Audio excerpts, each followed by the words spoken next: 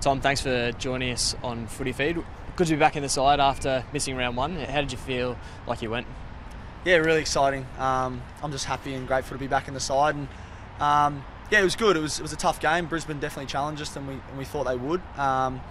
The conditions were a bit wet up there, so it challenged us as well in our game style. But I think we ended up getting the win, which is really important. Yeah, you obviously been brought into the side to provide some real forward pressure and obviously snag a few goals. Did you feel as though you did that well? Yeah, I spoken to Guthrie a fair bit and just got clarity on my role, and it's just team first acts and pressure and tackling, and I think that was really a really strong point in my game. Had a couple of shots on goal which I missed, but I'm looking forward to getting a bit of reward for all that tackling and pressure. Yeah. You had a pretty strong summer, and everyone you speak to sort of mentions you as sort of a real standout in that area. Is that something that you felt like you really needed to prove and sort of make the most of sort of coming into this season?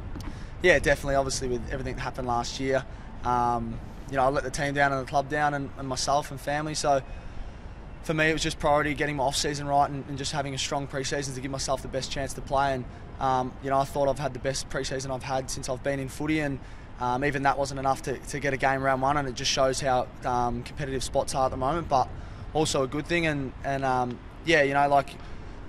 really wanted to put focus on footy this year, and with running and obviously being a strong point of mine, but I wanted the footy stuff to come out, and that's what I'm hopefully pushing forward for. Yeah. What specifically did you do to really earn the trust back and the respect from the playing group and the coaches? Yeah, just little things, just unselfish things. I mean, lifestyle, just little things. I just made sure everything was footy first. So if I'm making a decision off field or on field, it's always for the best of the team. And once I did that, everything kind of followed. And with time, I mean, it didn't happen overnight, but 3-4 months of hard work and just focusing, and gets you to a point now where I'm offering the team some value. Yeah, you touched on it before, but what did you learn from that? So I suppose that incident with Callum Mills.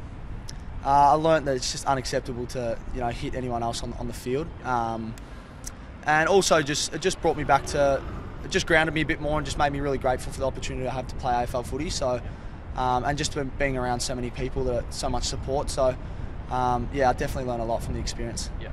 I suppose you wrote about it in the player's voice, but people calling you a thug and violent and all that sort of stuff. How did that perception sit with you? Yeah, it was tough. I think anyone hates to be viewed like that. But I had to cop it on the chin as well, because it was, I had the incident that happened, and when you do actions like that, you have to take responsibility for them, and through that, I've just used this summer to kind of change that perception, and hopefully going forward, I can keep changing that perception. Yep. You had a week away from the club after that, and I suppose Simon Goodwin was pretty disappointed in your actions. But did that really make you sort of step away and think about what you wanted to achieve out of footy and really put things into perspective for you?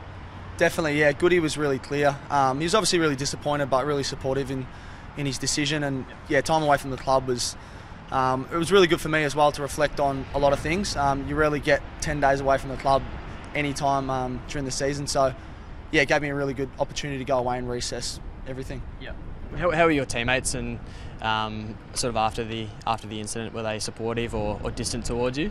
Nah, the boys were really supportive. Like I got a lot of messages throughout that time as well, but it was, when I come back after 10 days, it was literally like normal for them. They just wanted to see, I just had to obviously earn that respect back and just just sustain it as well. And I think I've done that over time. And had the Instagram post, obviously with Jason Johannesson, and I suppose a little bit of a Twitter battle with Taylor Adams as well. Did you?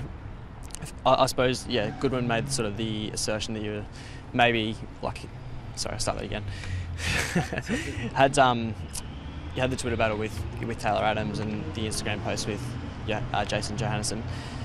Goodwin always talks about being humble and resilient. Did you feel as though that sort of overstepped the mark in that area? Yeah, I think it did. I think it's not what we really stand for here at Melbourne, and although it was light-hearted, we want to be really respectful for our opposition, whether I know them or not. So, yeah, going forward from that, obviously learn a lot from that as well, not to do it. And since then, it's just footy-focused game day. Yeah. You spoke about footy first before, and you sort of really led the way in some of the running stuff. over pre-season. Do you feel as though that's sort of starting to come out in your footy so far this season? Yeah, definitely. Running's a strong point for me. So throughout the game, especially with how demanding the game is these days, I looked in the third and the fourth quarter as opportunities for me. But yeah, I think our whole team is really fit in terms of like footy-wise. So I think it's just getting more and more demanding as we go on. So I look forward to that being an opportunity in the last half. Yeah.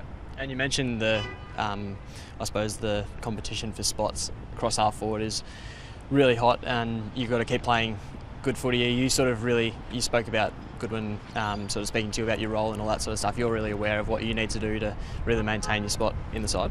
Yeah, definitely. It's going to be challenging all year, and that's what happens when great sides, when great sides are starting to play good footy, and we really want to become a great side. And we look at Hawthorn and Geelong and what they've been able to do in the last 5 or 10 years, and they've all had really deep lists. So yeah, I'm understanding of what I have to do in terms of my role game day. But we've got a lot of guys, in case we get injuries, and we've got a lot of guys that are going to push in for the spot. So. Yeah. How much have you grown as a footballer since your GWS days? Are you a bit more wiser and smarter now? Yeah, definitely. I think I got a lot away with a lot more up there, but I think I've grown heaps. Coming down here, a really contested-based team, and that's made my game a lot better as well. And I think just in terms of leadership as well, we've got a really young list, so I've been able to help guys a lot younger than me. Yeah. And you mentioned some of the stuff you're doing away from footy. That sort of gives you a bit of perspective from what you do on the field as well.